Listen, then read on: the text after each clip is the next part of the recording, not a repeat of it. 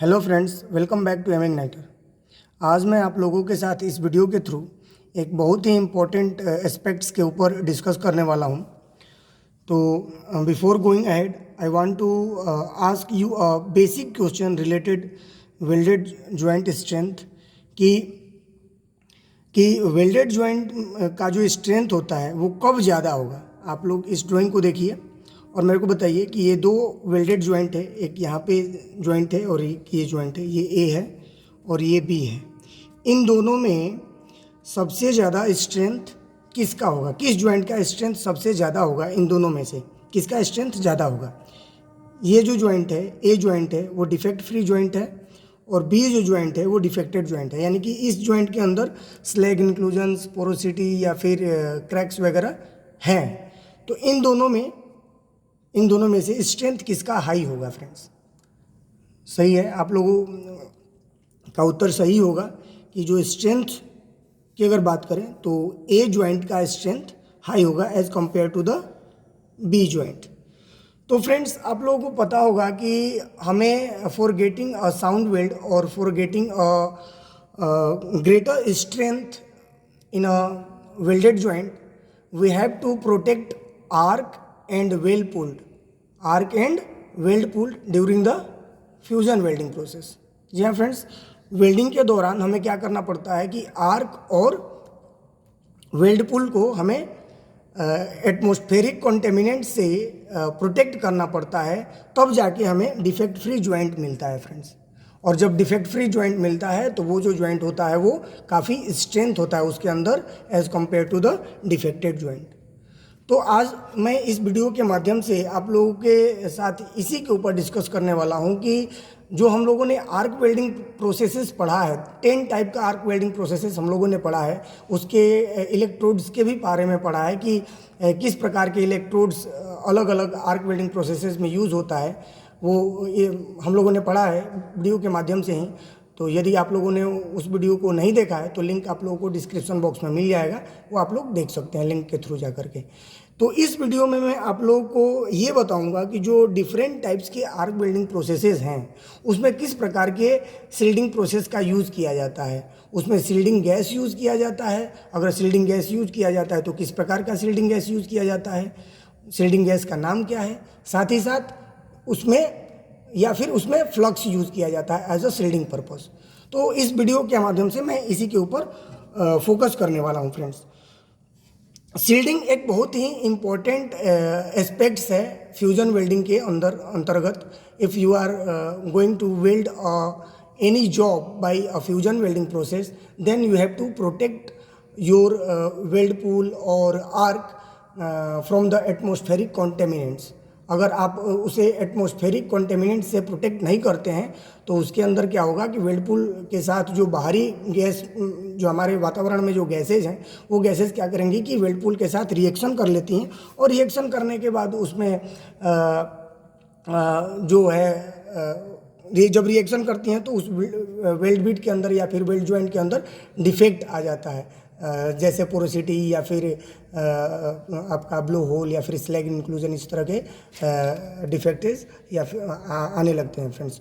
तो इस चीज़ को मिनिमाइज करने के लिए हमें क्या करना पड़ता है कि हमारे आर्क और वेल्ड पूल को प्रोटेक्ट करना पड़ता है बाहरी कॉन्टेमिनेंट से फ्रेंड्स।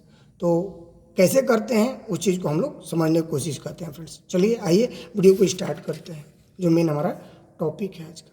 तो देखिए मैंने यहाँ पे लिखा है shielding gas in a various arc welding process, यानी कि आर्क, विभिन्न प्रकार के आर्क वेल्डिंग प्रोसेस में सील्डिंग है ना, shielding in a various arc welding process, यानी कि विभिन्न प्रकार के आर्क वेल्डिंग प्रोसेस में सील्डिंग किस प्रकार के करते हैं या फिर सील्डिंग प्रोसेस क्या होता है उसके बारे में हम लोग डिस्कस करेंगे। तो सबसे पहले हमारा जो आता है SMA आता है। आप लोग पता है कि SMA का फुल फॉर्म क्या होता है, सील्डेड मेटल आर्क वेल्डिंग।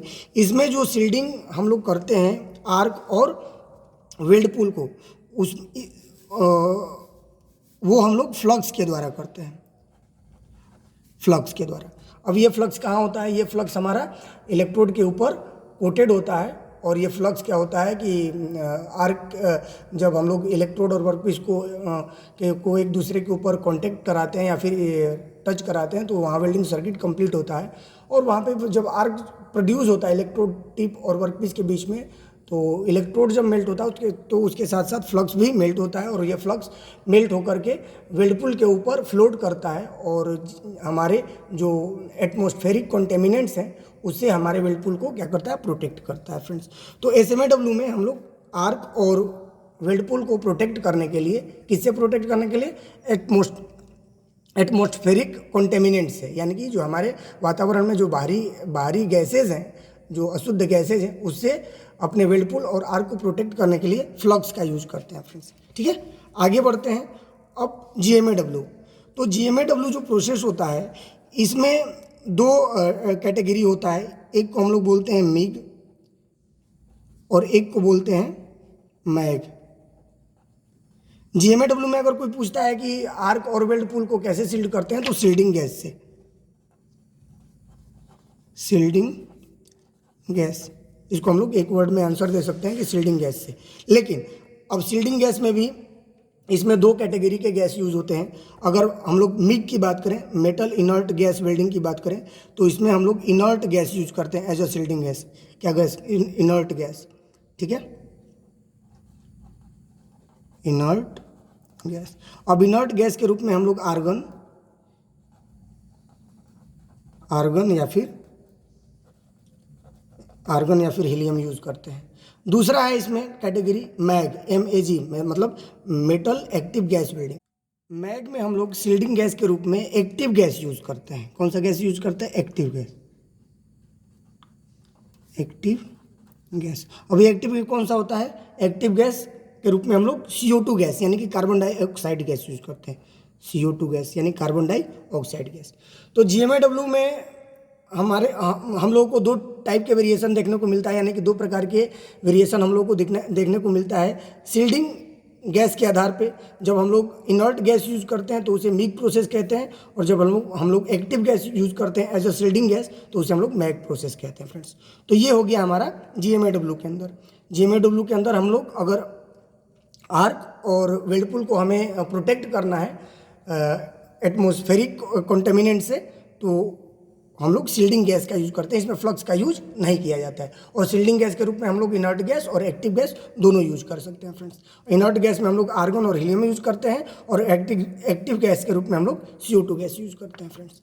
ठीक है, आइए अब आगे बढ़ते हैं और तीसरा नंबर देख लेते हैं, इलेक्ट्रोस्लैग वेल्डिंग प्रोसेस।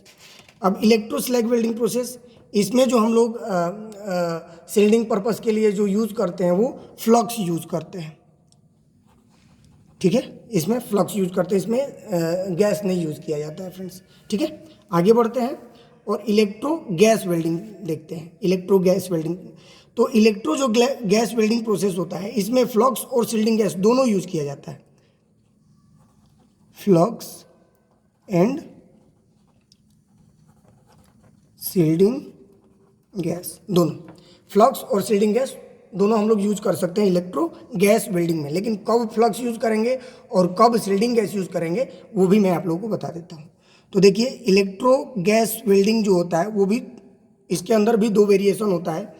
जब हम लोग इलेक्ट्रो गैस वेल्डिंग के अंदर सॉलिड टाइप के इलेक्ट्रोड यूज करेंगे तो उसे हम लोग सॉलिड इलेक्ट्रोड प्रोसेस कहते हैं। Solid electrode process. जब सॉलिड इलेक्ट्रोड प्रोसेस होता है इलेक्ट्रो गैस वेल्डिंग में, तो उस दौरान हम लोग सील्डिंग गैस यूज करते हैं। क्या यूज करते हैं? Shielding gas. और सील्डिंग गैस के रूप में हम लोग जैसे CO2 कार्बन डाइऑक्साइड यूज करेंगे, या फिर mixture of argon and CO2, है ना, ये यूज करेंगे। जब हम लोग सॉलिड इलेक्ट्रोड प्रोसेस यूज करेंगे इलेक्ट्रो गैस वेल्डिंग के अंतर्गत, तो उस दौरान हम लोग जो सील्डिंग करेंगे व्हर्लपूल और आर्क को, वो सील्डिंग गैस के द्वारा यूज करेंगे। और सील्डिंग गैस के रूप में हम लोग कार्बन डाइऑक्साइड गैस यूज कर सकते हैं, या फिर कार्बन डाइऑक्साइड और आर्गन के मिश्रण को भी हम लोग, या फिर मिक्सचर को भी यूज कर सकते हैं फ्रेंड्स। ठीक है, अब फ्लक्स किस में यूज करेंगे? तो फ्लक्स हम लोग, मैं यहाँ पे लिख देता हूँ, जब हम लोग flux cold electrode process use करेंगे, फ्लक्स कोल्ड इलेक्ट्रोड प्रोसेस, तो इसमें हम लोग फ्लक्स यूज करेंगे। ठीक है, यानी कि जब हम लोग सॉलिड टाइप का इलेक्ट्रोड यूज करेंगे इलेक्ट्रो गैस वेल्डिंग में, तो उस दौरान हमें जो सील्डिंग करना होगा वो सील्डिंग गैस से हम लोग सील्डिंग करेंगे आर्क और अपने वेल्ड पूल को। लेकिन जब इलेक्ट्रो गैस वेल्डिंग में हम लोग फ्लक्स कोड इलेक्ट्रोड यूज करेंगे, तो उस दौरान हम लोग क्या करेंगे कि फ्लक्स से वेल्ड पूल और आर्क को सील्ड करेंगे फ्रेंड्स। ठीक है, आगे बढ़ते हैं। नेक्स्ट जो है वो FCAW, flux code arc welding process, है ना। अगर आप लोगों को डिटेल में जानना हो FCAW के बारे में, तो मैंने इसके ऊपर वीडियो डाल रखा है, लिंक आपको डिस्क्रिप्शन बॉक्स में मिल जाएगा। तो इसमें भी दो वेरिएशन होता है। पहला होता है self shielded type FCAW, self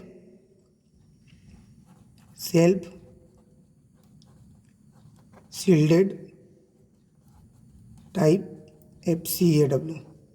ठीक है, अब सेल्फ सील्डेड टाइप FCAW में वेल्ड पूल को जो हम लोग सील्ड करते हैं वो फ्लक्स से करते हैं, फ्लक्स यानी कि हम।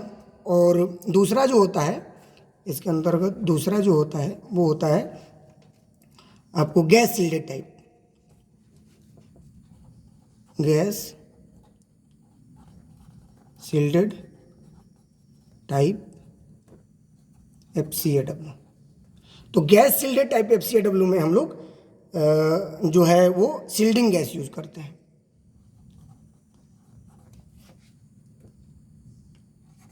Shielding gas. यानी कि हम लोग कह सकते हैं कि FCAW में भी हम लोग फ्लक्स एंड सील्डिंग गैस दोनों यूज करते हैं, फ्लक्स एंड सील्डिंग गैस। ठीक है फ्रेंड्स, तो अभी हम लोगों ने 5 टाइप के आर्क वेल्डिंग प्रोसेसेस के बारे में देखा, और ये समझा कि उसके अंदर जो सील्डिंग की जो प्रोसेस है, जो सील्डिंग की जो प्रक्रिया है वो कैसे की जाती है। तो SMA-W में फ्लक्स से की जाती है, GMAW में सील्डिंग गैस से की जाती है, और सील्डिंग गैस के रूप में हम लोग आर्गन, हीलियम और CO2 यूज कर सकते हैं। इलेक्ट्रो स्लैग वेल्डिंग में फ्लक्स के द्वारा हम लोग सील्ड करते हैं। इलेक्ट्रो गैस वेल्डिंग में दो वेरिएशन होता है। जब सॉलिड इलेक्ट्रोड प्रोसेस होता है तो उस दौरान हम लोग CO2 या फिर CO2 और आर्गन के मिक्सचर को यूज़ करते हैं एज अ सील्डिंग गैस, और जब उसमें हम लोग फ्लक्स कोड इलेक्ट्रोड यूज़ करते हैं तो उस दौरान हमारा जो सील्डिंग प्रोसेस होता है वो फ्लक्स के द्वारा कंप्लीट किया जाता है फ्रेंड्स। अगर हम लोग FCAW की बात करें, flux code arc welding process की बात करें, तो इसमें भी फ्लक्स और सील्डिंग गैस दोनों यूज़ किया जाता है। सेल्फ सील्डेड टाइप FCAW में फ्लक्स से सील्डिंग किया जाता है, जबकि गैस सील्डेड टाइप FCAW में सील्डिंग गैस के द्वारा सील्डिंग प्रोसेस को कंप्लीट किया जाता है। आइए अब आगे बढ़ते हैं और नेक्स्ट देखते हैं। नेक्स्ट है हमारा GTAW। ठीक है, तो GTAW में हम लोग केवल और केवल सील्डिंग गैस यूज करते हैं, सील्डिंग गैस। यानी कि अब सील्डिंग गैस के रूप में कौन सा गैस यूज करेंगे? Inert gas, inert gas. अब इनर्ट गैस में कौन सा इनर्ट गैस यूज करेंगे? Argon,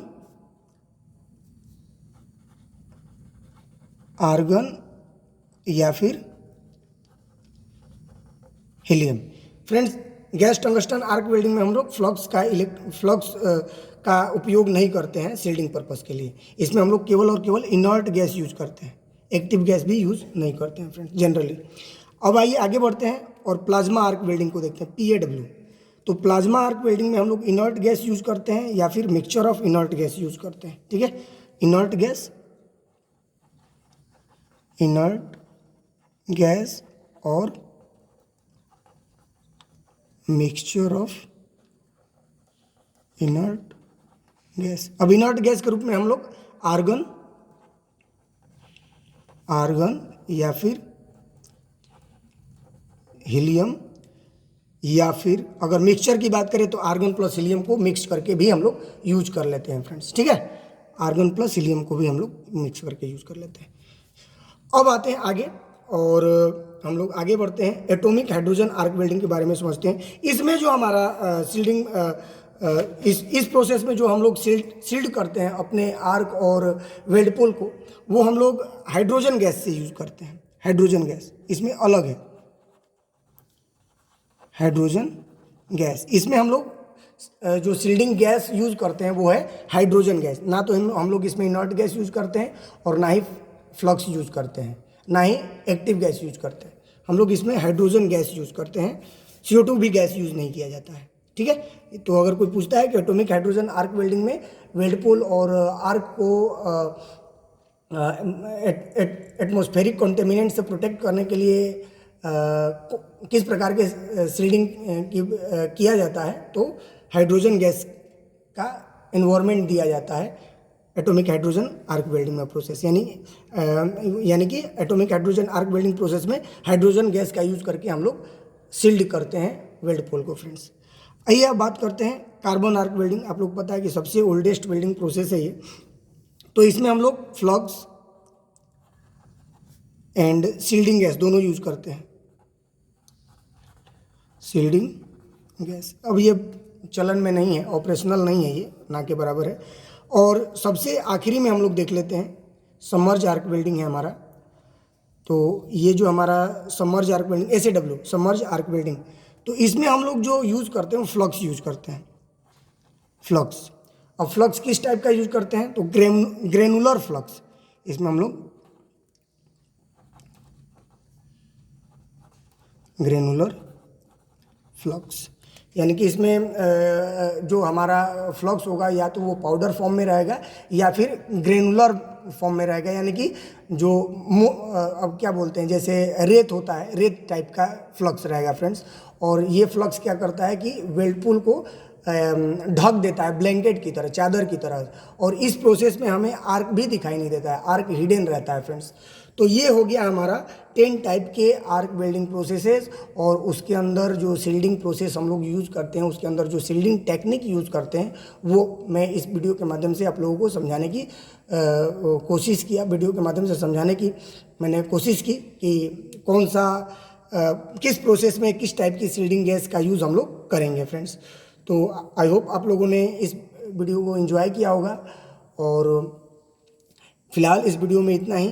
thank you for your kind attention.